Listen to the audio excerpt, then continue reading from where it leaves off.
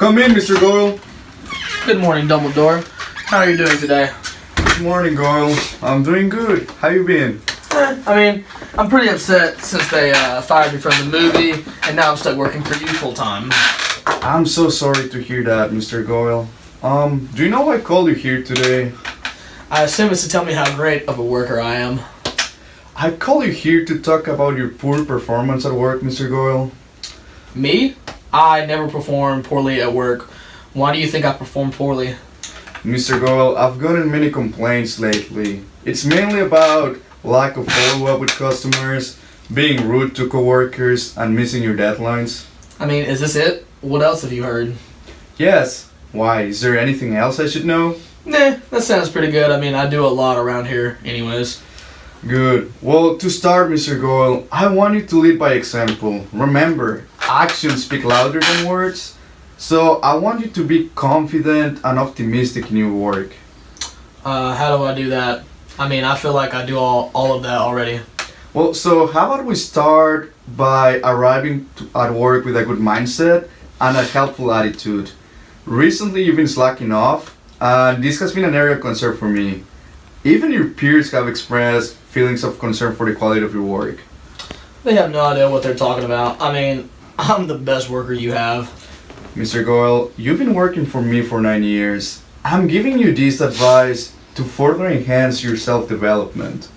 I really don't need your advice, old man. My development is outstanding. I really don't know why you're wasting your time.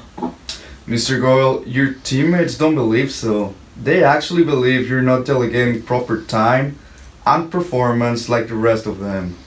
The reason we're discussing this is because your teammates didn't want to discuss this with you. They believe you might become confrontational and angry. So I feel the need to discuss this issue face to face with you.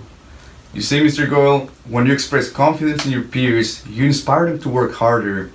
I know you're capable of doing better. I've seen your potential, and I'm actually disappointed you're not holding up to it.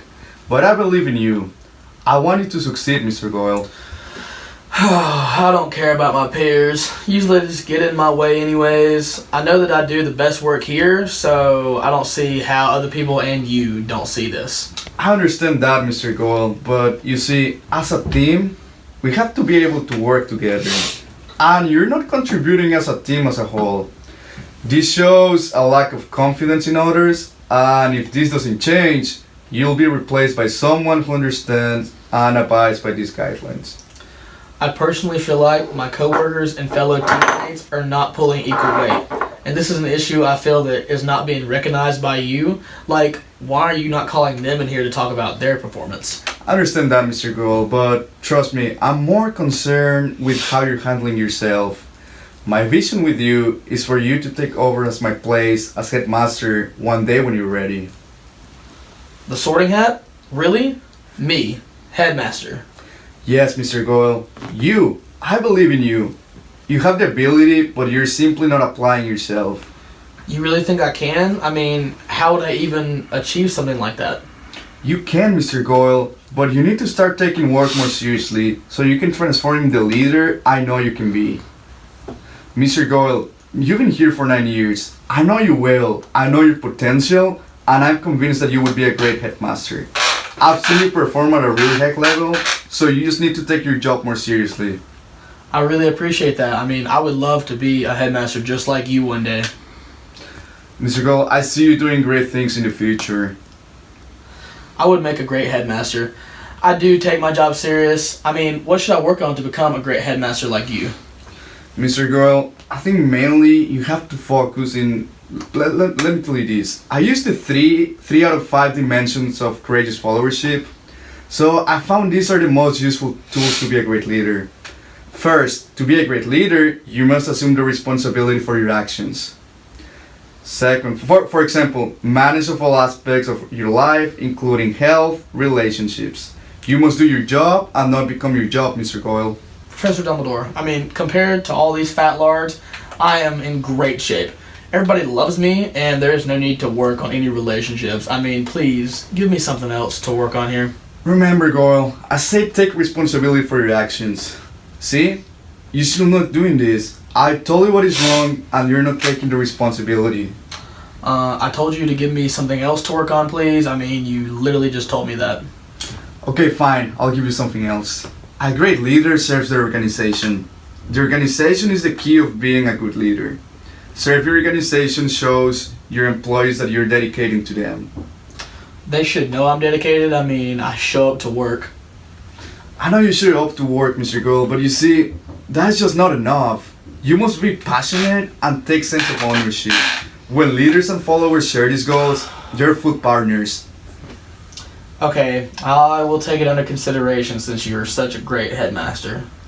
Thank you, Mr. Goyle. Last but not least, you should be willing to transform. If someone is not doing what they're supposed to do, you need to say something and call them out.